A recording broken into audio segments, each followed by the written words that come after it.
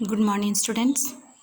आज हम लोग क्लास 10वीं का क्षितिज से लाम लक्ष्मण परशुराम का तीसरा पारा से शुरू करेंगे।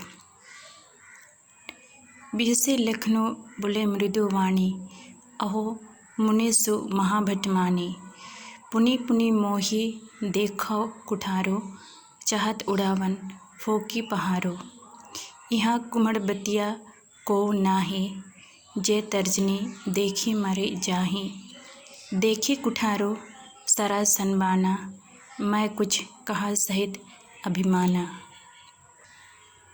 शब्दार्थ: बिहसे मतलब हंसकर, मृदु मतलब कोमल, महाभट मतलब महान योद्धा, पुनि पुनि बार बार, कुठारो फरसा, पहाड़ो पहाड़, कुमारबतिया डरपोक, तर्जनी फरसा या छोटे अंगुले, सरासन धनुष, अभिमान गर्व।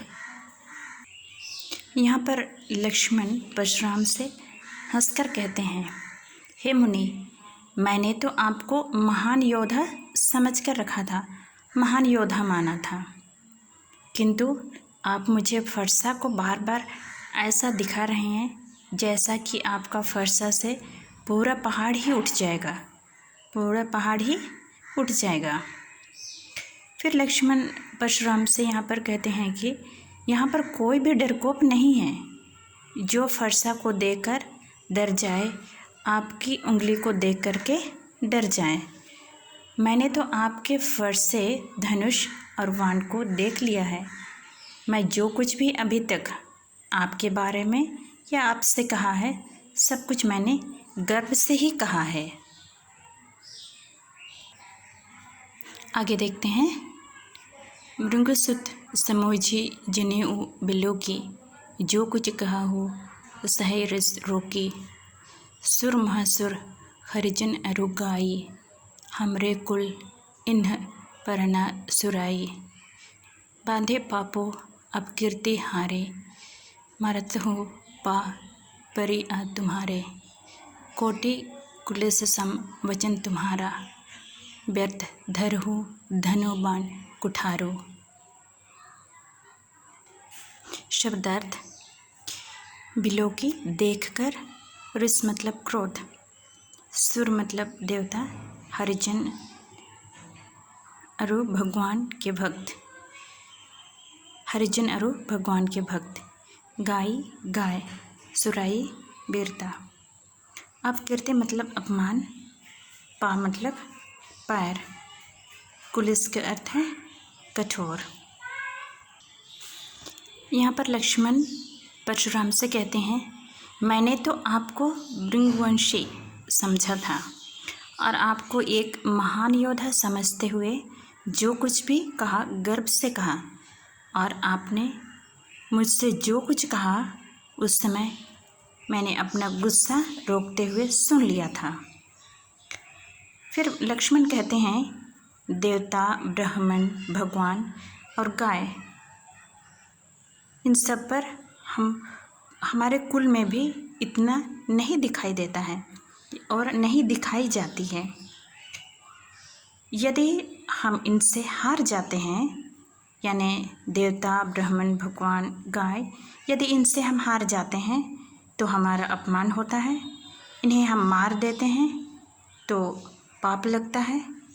इसलिए यदि आप हमें मारेंगे तो भी मैं कहीं दूसरी जगह नहीं जाऊंगा, आपके पैर ही पड़ूंगा, आपके पाँव ही पड़ूंगा। आपका हर शब्द तो इतना कठोर है कि आपको फरसा और धनुष रखने की ज़रूरत ही नहीं है, क्योंकि आपके शब्द ही बहुत कठोर हैं। किसके समान?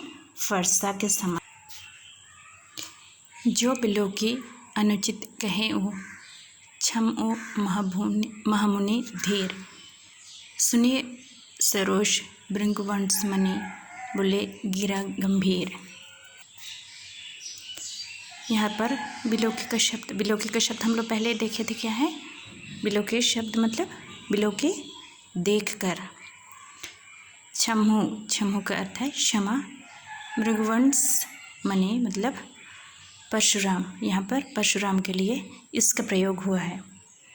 फिर यहाँ पर लक्ष्मण कहते हैं, हे प्रभु, यदि इन सबको देखकर यदि मैंने कुछ गलती कहा है तो मुझे क्षमा करें। इसको सुनकर के परशुराम बहुत ज़्यादा गंभीर हो जाते हैं। किसका बात को सुन कर के? लक्ष्मण का बात को सुन कर के और भी परशुराम गंभीर हो जाते हैं। आगे देखेंगे, कौशिक सुनहु मंद येहु बालको, कुटिलो काल बस नीज कुल घालको, भानुवंश राकेश कलंको, निबट निरंकुशो अबोधो असंको, काल कावलो होय ही छनमाही, काहू पुकारी खोरे मही नाही, तुम हटखो जय चहु उबारा, कही प्रतापो बलो रोशु हमारा। शब्दार्थ हम लोग देखेंगे। कौशिक मतलब विश्वामित्र, घालकु मतलब नष्ट, मंद मूर्ख या मंद बुद्धि भी हम लोग कह सकते हैं, भानुवंश सूर्यवंश, राकेश चंद्रमा, कलंकु मतलब कलंक या धब्बा, असंको निडर, कालकावलु मतलब काल के बस में, काल के बस में, छन मतलब पल, चाहु मतलब चाहना, रोशु मतलब क्रोध। यहाँ पर परशुराम विश्वामित्र से कहते हैं, जो कि राम और लक्ष्मण के गुरु हैं, ये कहते हैं, सुनो, ये बालक मंद बुद्धि वाला बालक है, मूर्ख है, ये काल के वश में नहीं है, यह सब कुछ नष्ट कर देगा।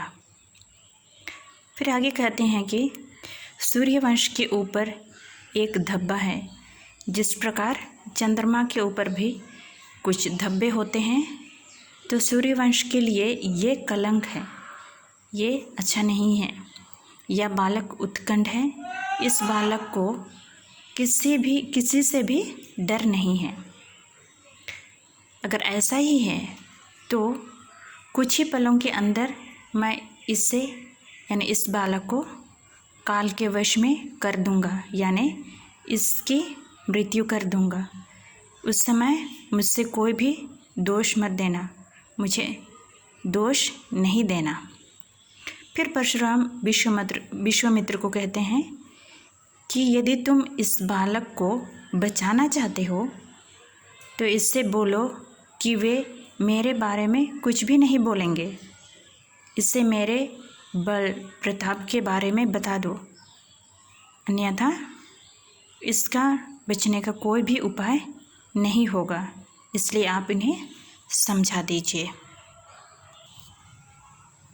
आगे देखेंगे, लखन कहे ओ मुनि सुजसु तुम्हारा, तुम ही अछत को वरनै पारा, अपने मोह तुम अपनी करनी, बार अनेक भांति बहु बरनी, नहीं संतोषु ता पुने कछु कहु, जनि रिस रोकी दुस दुख सहु, वीर व्रति तुम धीर अछोभा, गारे दह ना पाहु शोभा, सुर समर करनी करही कही ना जनावहि आपो, विद्यमान रन पाई रिपो, कायर कतहि प्रतापो।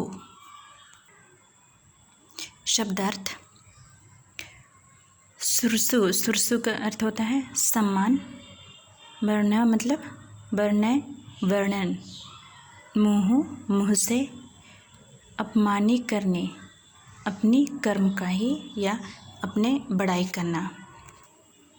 आगे देखेंगे, दूसरा है संतोषु, संतोष, पुण्य हम लोग पहले ही देख चुके थे, फिर से रिस मतलब क्रोध, वीरव्रति मतलब वीरता को धारण करने वाला, गारी मतलब गाली, समर युद्ध या युद्ध कर रहे हो, कर ही का अर्थ होता है खुद ही, कहीं बता देना, या तो बता देता है। जनवाही मतलब परिचित, आपो मतलब आपको, विद्यमान उपस्थित या सामने, रण मतलब युद्ध, कधी मतलब कहना।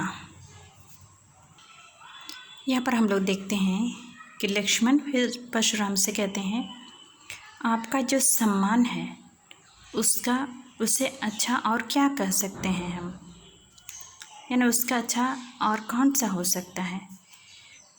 आप तो अपने ही मुँह से अपने करने के या काम के बारे में बता रहे हो, स्वयं का ही तारीफ करते जा रहे हो।